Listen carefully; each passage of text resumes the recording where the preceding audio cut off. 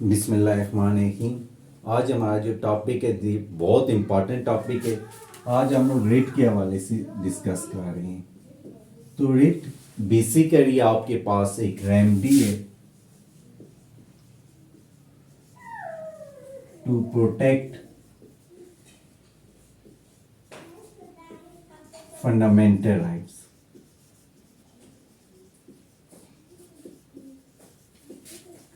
तो fundamental rights को protect करने के लिए हम लोग क्या करते हैं, रिट में जाते हैं।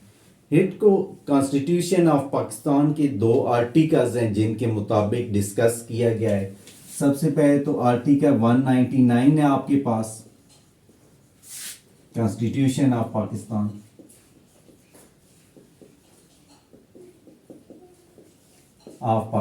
इसके मुताबिक क्या किया गया है, रिट को डिस्कस किया गया है। और ये रिट जो होती है ये कहां पे लगाई जा सकती है, हाई कोर्ट में। तो जो हाई कोर्ट में रिट लगाई जाती है वो आर्टिकल 199 के मुताबिक है। उसके अंदर रिट जुरिस्डिक्शन को डिस्कस किया गया इन डिटेल। और जो writ supreme court of Pakistan में लगाई जाती है, आर्टिकल 184 के मुताबिक, कॉन्स्टिट्यूशन ऑफ पाकिस्तान के मुताबिक जो रिट लगाई जाती है वो सुप्रीम कोर्ट ऑफ पाकिस्तान में लगाई जाती है।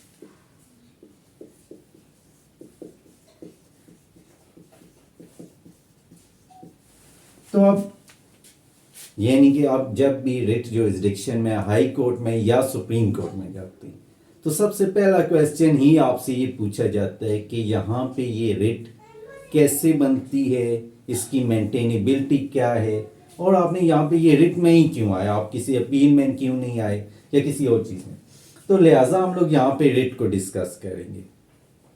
तो यहाँ पे रिट, सबसे पहले तो ये समझें कि रिट आपको फंडामेंटल राइट्स की प्रोटेक्शन के लिए एक रेमेडी दी गई है। रिट क्या है, to protect your fundamental rights there is an remedy.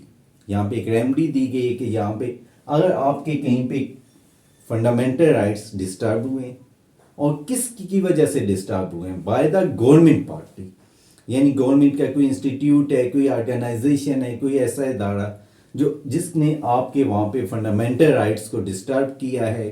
देखिए एक बात इस यहाँ पे समझिएगा, आपको कॉन्स्टिट्यूशन ऑफ पाकिस्तान का आइन जो है आपको बोलने की आज़ादी देता है, फ्रीडम ऑफ स्पीच है आपके पास, इसी तरह आपके पास और बहुत सी freedom to write, freedom to express, ठीक है, इस तरह की बहुत से आपको फ्रीडम देता है। यानी आपके पास बोलने की आज़ादी है, रहने की आज़ादी है, अपने ख्यालात को एक्सप्रेस करने की आज़ादी है। इस तरह की आपको बहुत सी फ्रीडम दे रहा है। आपकी लैंड आपने कोई जगह आपने ख़रीदी है, वहाँ पे आपको प्रोटेक्शन चाहिए, और कहीं पे कोई गवर्नमेंट पार्टी आपकी उस प्रोटेक्शन को क्या कर रही है, डिस्टर्ब कर रही है। तो अब क्या होगा, अब यहाँ पे ये बात समझिए, और वहाँ पे कोई और रेमेडी मौजूद नहीं है। अगर तो कोई और रेमेडी मौजूद है तो फिर आप पहले वो अवेयर करेंगे, वो आपके लिए वहाँ पे है। और अगर वहाँ पे कोई रेमेडी मौजूद नहीं है तो फिर क्या करेंगे, आप लोग रिट जुरिस्डिक्शन में जाएंगे। तो रिट इसलिए बहुत इंपॉर्टेंट है कि हम लोग बहुत ज़्यादा हाई कोर्ट के अंदर, बहुत ज़्यादा केसेस के अंदर हम लोग रिट जुरिस्डिक्शन में जाते हैं। तो यहाँ पे इन चीज़ों को बारीकी से, इनको डीपली हम लोग समझने की कोशिश करेंगे। और मैं यहाँ पे इंशाल्लाह आपको ये सारे रेट क्या होती है, कैसे होती है, और इसमें एक क्वेश्चन ये है कि अमूमन कहीं पे आपकी और रेमेडी भी बनती है और आपने रेट लगा दिया और उसके बाद आपको पता चला कि यहाँ पे तो रेमेडी मौजूद है, तो और या आपसे किसी जस्टिस साहब ने ये क्वेश्चन कर लिया कि यहाँ पे तो रिट मौजूद है, तो फिर आप रिट जुरिस्डिक्शन में क्यों आए, क्योंकि आपके पास तो रेमेडी मौजूद है, आपको वो वे। तो यहाँ पे मैं एक केस ला कर डिस्कस कर देता हूँ, छोटा सा केस लाए, अल जहाद ट्रस्ट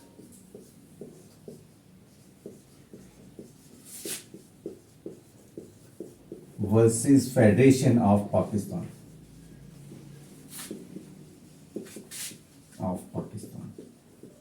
ये बहुत इंपॉर्टेंट केस ला है, 1996 सुप्रीम कोर्ट पेज 324 है ये आपके पास।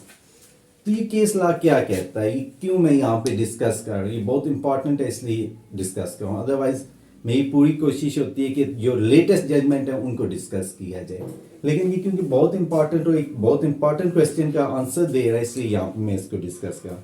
ये हमें ये कहता है कि अगर कहीं पे कोई और रेमेडी भी मौजूद हो, फिर भी high court does not hesitate to provide you the remedy in writ jurisdiction. यानी अगर कहीं पे और कोई रेमेडी मौजूद है लेकिन फिर भी आप रिट में चले गए, तो फिर भी आपको रिट के अंदर इंटरटेन किया जाएगा, वो रिट मेंटेनेबल होगी, ठीक।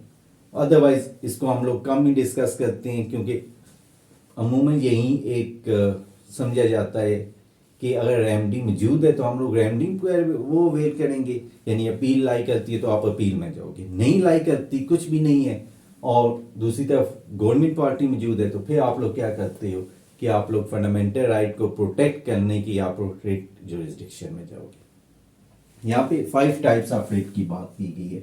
टाइप्स ऑफ रिट की अगर हम लोग बात करें तो यहाँ पे 5 टाइप्स ऑफ रिट की बात की गई। तो ये मैं पूरी कोशिश करूंगा कि यहाँ पे आपको ना सिर्फ समझाऊं इस चीज़ को, बल्कि यहाँ पे आपको ये याद भी करवा दूं। याद करने का कोई आसान तरीका भी हम लोग ढूंढेंगे इसको। तो इसलिए कोशिश करें कि इस चैनल को सब्सक्राइब कर लें, ताकि इस तरह की बेहतरीन लेक्चर आपको यहाँ से मिलते रहें और आपकी ये बहुत सारी चीज़ें इंफॉर्मेशन तैयार होती रहें। याद रखें, एक अच्छा वकील वही होता है जिसको लॉ के बारे में इल्म होता है। तो इसलिए कोशिश करें यहाँ से लॉ सीखा करें। अच्छा, अब हम लोग बात करें टाइप्स ऑफ रिट की। तो फर्स्ट टाइप ऑफ रिट आपके पास आती है रिट ऑफ हैबियस कॉर्पस।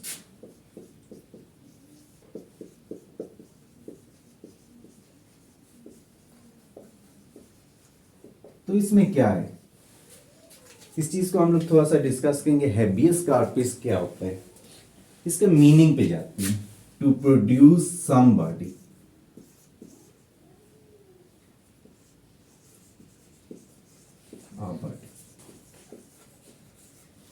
तो किसी आदमी को अगर अनलॉफुली पुलिस या कोई और एजेंसी या कोई और महकमा अनलॉफुली उसे डिटेन कर लेता है, उसे अरेस्ट करके किसी ऐसी जगह पे रख देता है जो खिलाफ कानून है, तो आप इस रिट में जाते हो, रिट ऑफ हैबियस कॉर्पस में।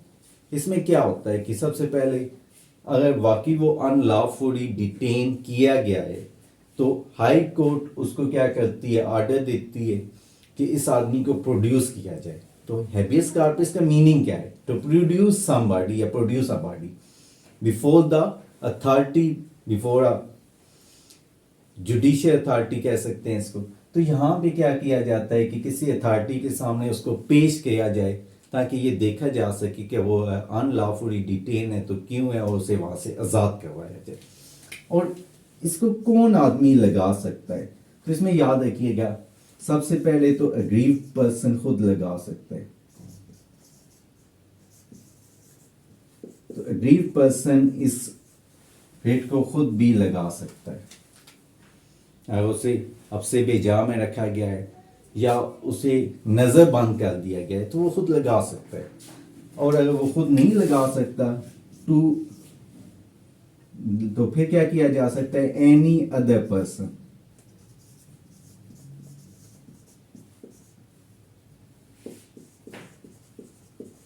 इंटरेस्टेड, कोई भी ऐसा आदमी जो इंटरेस्टेड है उसमें, तो वो इसको क्या कर सकता है, लगा सकता है। यानी कि उसका कोई रिलेटिव लगा सकता है, उसका कोई दोस्त लगा सकता है, कोई भी आदमी इसको लगा सकता है। तो ये बहुत इंपॉर्टेंट बात है। हैबियस कॉर्पस की रिट, हैबियस कॉर्पस क्या होता है, इसकी रिट क्यों लगाई जाती है कि किसी को प्रोड्यूस करना, और वो अनलॉफुली डिटेन किया गया है किसी भी इदारे या किसी भी पास।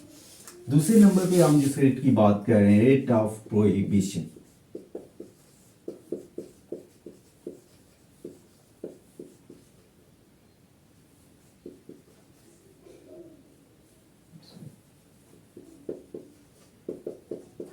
तो रिट ऑफ प्रोहिबिशन क्या होता है, प्रोहिबिशन का मतलब होता है स्टॉप करना, रोकना, टू फॉरबिड।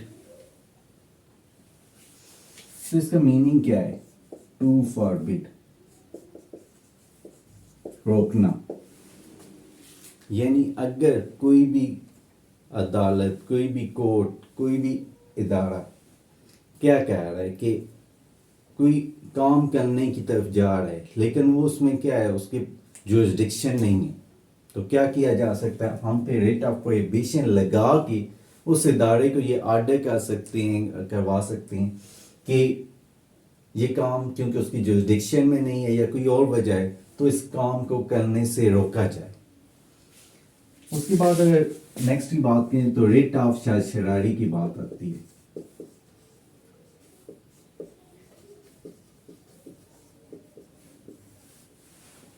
टू सर्टिफाई, शरारी क्या क्या क्या मीनिंग है यहाँ पे, टू सर्टिफाई।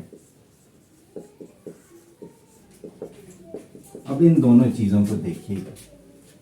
टू सर्टिफाई ये एक रिव्यू होता है, जुडिशियल रिव्यू है, जो किसी भी कोर्ट का डिसीजन आने के बाद, लोअर कोर्ट का डिसीजन आने के बाद हम लोग इस रेट में जा सकते हैं, अगर वहाँ पे अपील वगैरह लाई नहीं करती तो कि इसको सर्टिफाई किया जाए। हम हाई कोर्ट में एक रिक्वेस्ट करते हैं कि इसको सर्टिफाई करें कि क्या वो जुडिशियल ऑर्डर जो दिया गया है वो एक्यूरेट है या नहीं। तो इसमें क्या होता है, अब ये याद रखिएगा, इन दोनों को ओनली कौन लगा सकता है, जस्ट सिंपल लिख देते हैं एग्रीव्ड पर्सन।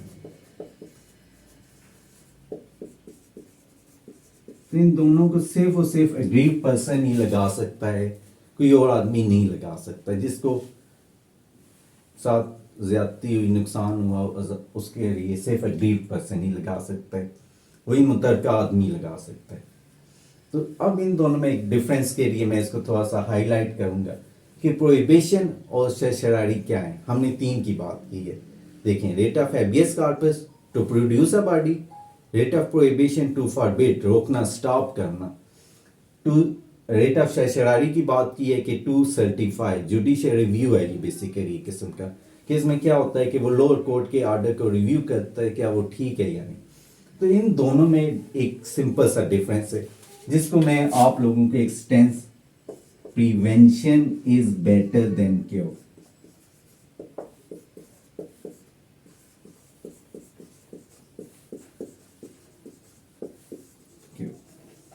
तो इस टेंस के जरिए मैं इसको कह रहा हूं, इस टेंस को देखना है। प्रिवेंशन का पी हम लोग हाईलाइट कर लेते हैं, क्योर का सी, इसको इसके साथ अटैच कर देते हैं और शरारी को सी के साथ। That's mean prevention is better than cure, एहतियात इलाज से बेहतर है। अमूमन हम लोग जानते हैं कि अल्लाह ना करे किसी को कोई भी, जैसे अभी हम लोग कोरोना से निकले हैं तो कोरोना में क्या था, मास्क पहना जाए, एहतियात की जाए, क्योंकि अगर कोरोना हो जाएगा तो फिर एहतियात नहीं होगी बल्कि इलाज होगा। सो सिमिलरली इस चीज को देखिएगा, प्रोहिबिशन बेसिकली एक प्रिवेंशन टाइप है, यानी ये उस वक्त लगाई जाती है जब कोई जुडिशियल ऑर्डर पास नहीं हुआ। ऑर्डर या जजमेंट आने से पहले आपके पास क्या होगी, प्रिवेंशन होगी। और जो जजमेंट आ जाएगी, नीचे लोअर कोर्ट कोई फैसला कर देगी, तो फैसला करने के बाद, डिसीजन के बाद, क्योंकि अब जो चीज़ हो चुकी है उसके बाद उसका क्योर हो सकता है, इलाज हो सकता है, तो हम शरारी में जाएंगे।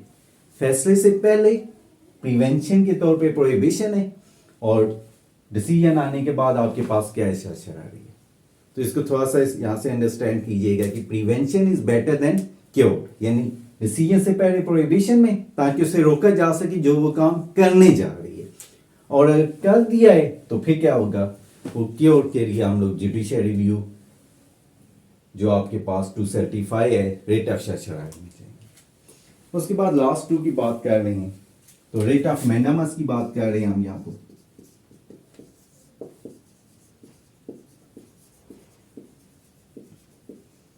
तो रेट ऑफ मैंडामस क्या होती है, मैंडामस का मीनिंग है वही कमांड।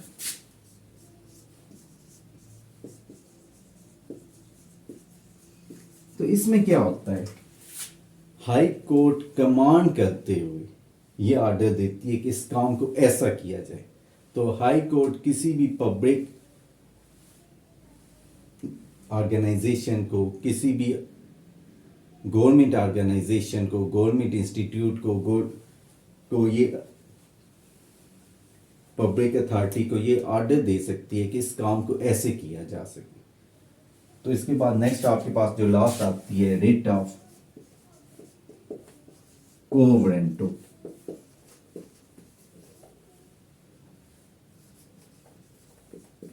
तो quo warranto में क्या होता है? To what authority,